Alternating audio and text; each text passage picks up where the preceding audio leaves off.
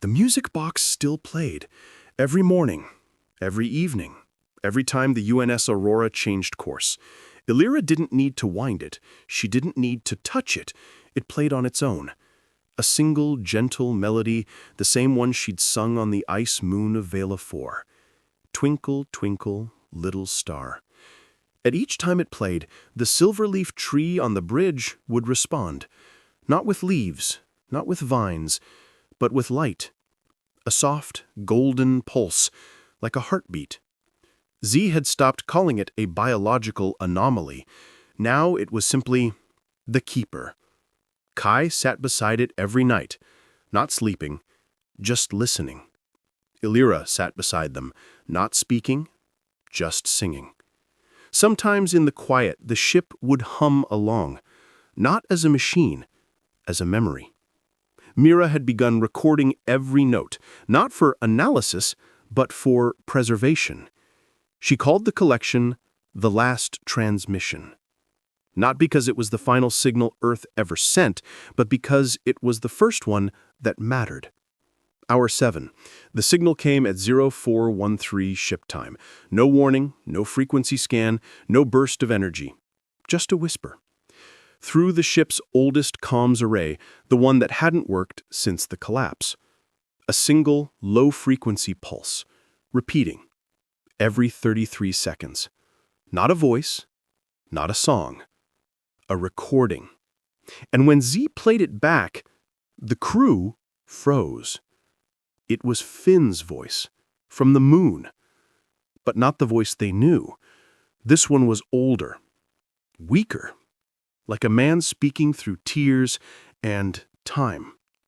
If you're hearing this, you found the seed. You found Kai. You found Illyra. That means you're still singing. A pause, a breath. Then, soft, trembling, I didn't stay behind to protect the dream. I stayed because I needed to believe that someone would remember how to sing it. Mira's hand flew to her mouth. Jax turned away. Cora didn't move. Elias closed his eyes. Finn had been dead for 17 days. They'd checked. They'd confirmed. The moon's biosigns had gone dark. But his voice was still here. I'm not in the archive.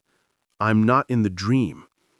I'm in the silence between the notes. And I hear you. Every time you sing, I feel it.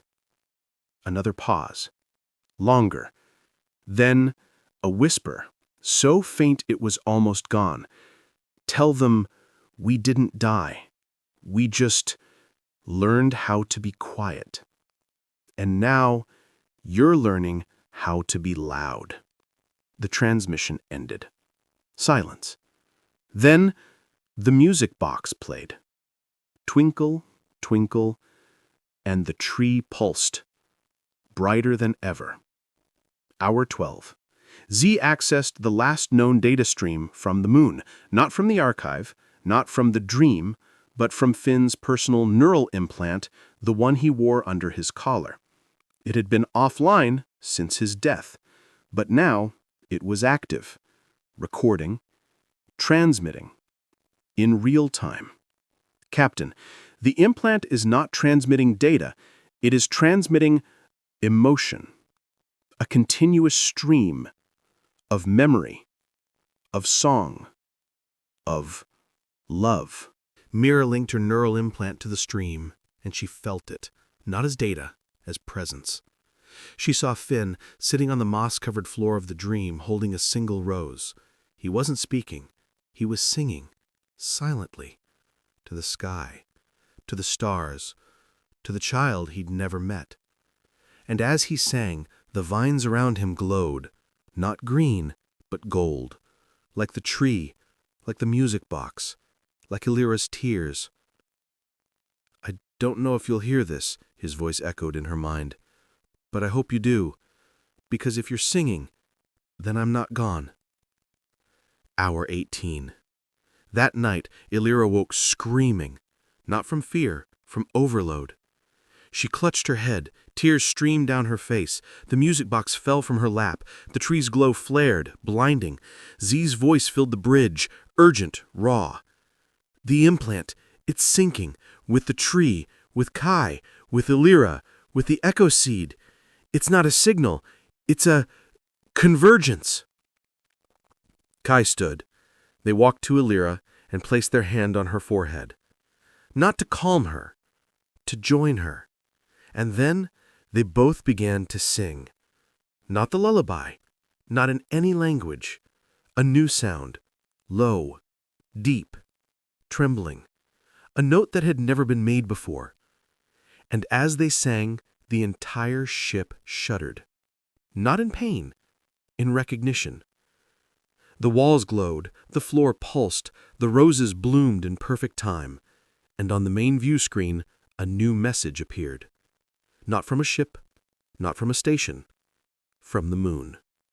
A single line written in the same vine script that had grown on the walls of the Vexari Observatory. I am still here. I am still singing, and I am not alone. Hour 24. They didn't go to the moon. They didn't need to, because now the moon was coming to them. Every hour the neural stream grew stronger. Finn's presence, not a ghost, not a memory, but a living echo, began to manifest, not as a figure, as sound. The ship's speakers played his voice layered beneath Illyra's lullaby, beneath Kai's hum, beneath the rustle of the tree's leaves. It became a chorus, a symphony of the lost and the living. Cora sat in the medbay holding the dried rose Finn had given her. She pressed it to her chest and whispered, "You're not gone, Finn. You're just part of the song. Now." Jack sat beside her. He didn't speak. He just held her hand and began to hum. Hour 30. The Vexari children returned, not in ships, not in numbers, but in whispers. One by one, across the galaxy, in systems where the Vexari had once buried their own children, the music boxes began to play. Not on their own, not by accident, by choice. A child on a frozen moon, a boy on a drifting colony, a girl in a silent dome, all singing. The same lullaby, the same note, the same hope. And each time they sang, the Aurora's tree pulsed. Each time they sang, the music box glowed. Each time they sang, Finn's voice grew stronger. Z analyzed the pattern. The transmissions are not random. They are a frequency, a harmonic resonance, and it is matching the frequency of human neural activity during moments of profound connection. Love, grief, belief. Mira looked at Kai. "You're not just carrying a seed." Kai looked back. "I'm carrying a heartbeat." Hour 37. The Galactic Concord broadcast a new directive. Not to hunt, not to contain, to listen. They had no idea what was happening, but they had heard it across 47 systems, hundreds of Vexari children singing, a human ship glowing with living light, a child with green eyes who didn't speak but sang, and a voice, human, whispering from a dead moon. The message was simple. We are not sure what this is, but we are afraid to silence it. Elias watched the broadcast on the view screen. He didn't speak. He just placed his hand on the tree and whispered, "Then don't." Hour 42. Illyra stopped singing. For the first time in weeks, she lay on the floor, eyes closed. Her breathing was slow. Her hands were cold. Kai knelt beside her. "Are you tired?" Illyra opened her eyes. Slowly. She reached out and touched the music box. It played, "Twinkle, Twinkle." She smiled, then whispered, "I think I'm ready to go." Mira gasped. No, you're not." Illyra shook her head. I'm not dying. I'm becoming. She looked at Kai. You remember how to sing? Kai nodded. I do. She looked at the tree. You remember how to grow? Kai nodded again. And you, she whispered to Elias, remember how to listen. Elias knelt beside her. I will always listen. Illyra closed her eyes and took a deep breath. The music box stopped. The tree stopped glowing. The ship fell silent. For the first time since Earth fell, the Aurora was completely, utterly quiet. Then Illyra's body began to glow. Not with light, with vines. Tiny silver tendrils curled from her fingertips. They spread across the deck. They reached the tree. They wrapped around the music box. And then they merged. The box dissolved. The tree absorbed it. The vines spread. And from the center of the growth, a single blossom opened. White, translucent. And inside, a tiny glowing seed. Illyra was gone. But the song remained. Hour 48. Z accessed the last data from Finn's implant. It was no longer a stream. It was a message, a final transmission. And it was addressed to everyone. Not just the crew. Not just the Vexari. Not just the Watchers. To all who remembered. It played in the ship, in the stars, in the silence.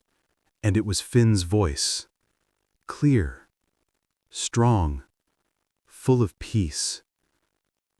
If you're hearing this, you found the song. You found the seed. You found each other. And that means we were never really gone. A pause. Then, softer. I used to think the last thing humanity needed was a weapon, or a ship, or a plan. But now I know we needed a lullaby. Not to sleep, to remember, to believe, to sing, even when no one else is listening. He paused again, and then he whispered the last line, not as a farewell, but as a promise. So sing, little ones. Sing for the ones who can't. Sing for the ones who forgot. Sing for the ones who are afraid. And when you do, I'll be right here, in the silence between the notes. And I'll be singing too. The message ended. Silence. Then, the blossom on the tree opened fully, and from its center, a single note drifted into the air. Not heard, felt, in every bone, in every heart, in every ship, in every child, across the galaxy. Hour 52. The Vexari fleet arrived. Not to observe, not to intervene, to bear witness. 100 ships, each one silent, each one glowing, each one playing the same lullaby. From every speaker, from every child, from every heart. They did not land, they did not transmit. They simply hovered around the Aurora and sang. Together, with the tree, with the seed, with the memory of Finn, with the spirit of Illyra, with the voice of Kai, with the soul of the crew, and with the quiet, enduring hope of every human who ever dared to believe that love outlasts silence, that memory outlasts death, that a lullaby is the most powerful thing in the universe. Hour 58. Kai stood on the bridge. They held the new seed, small, warm, glowing faintly. They looked at the stars, At the ships, at the tree, at the music box now gone, at the empty space where Illyra had been. And they whispered, "We're not the last." Mira stepped beside them. No, she said. We're the first ones who remembered how to sing again. Elias placed his hand on Kai's shoulder. Then, let's sing louder. And as he spoke, the entire fleet began to pulse, not in rhythm, not in harmony, but in unison. A single note, long, clear, full of everything they'd lost and everything they'd found. The Aurora's tree bloomed one last time, and from its petals, a single word drifted into space, written in light, in vines, in song, in every language, in every soul. Sperare. Hope. That night, Z recorded the final log of Season 1. Log entry, Zeta 7, stardate 2487.1115. Today, a child became a song, a man became a memory, a machine became a witness, and humanity stopped being extinct. We are not a species that survived. We are a species that chose to remember, and in remembering, we became eternal. This is not the end. This is the first note. The galaxy is listening, and we are singing. The next morning, the Aurora set course. Not to a new world, not to a new war, not to a new hope, but to the next silence, the next forgotten child, the next broken music box. And in Kai's hand, the new seed pulsed, not with light, but with promise. And on the bridge, the tree stood tall. Its leaves shimmered, and every morning, at dawn, it played. A single, quiet note. Just like the one Elira had sung. Just like the one Finn had whispered. Just like the one the galaxy was learning to hear.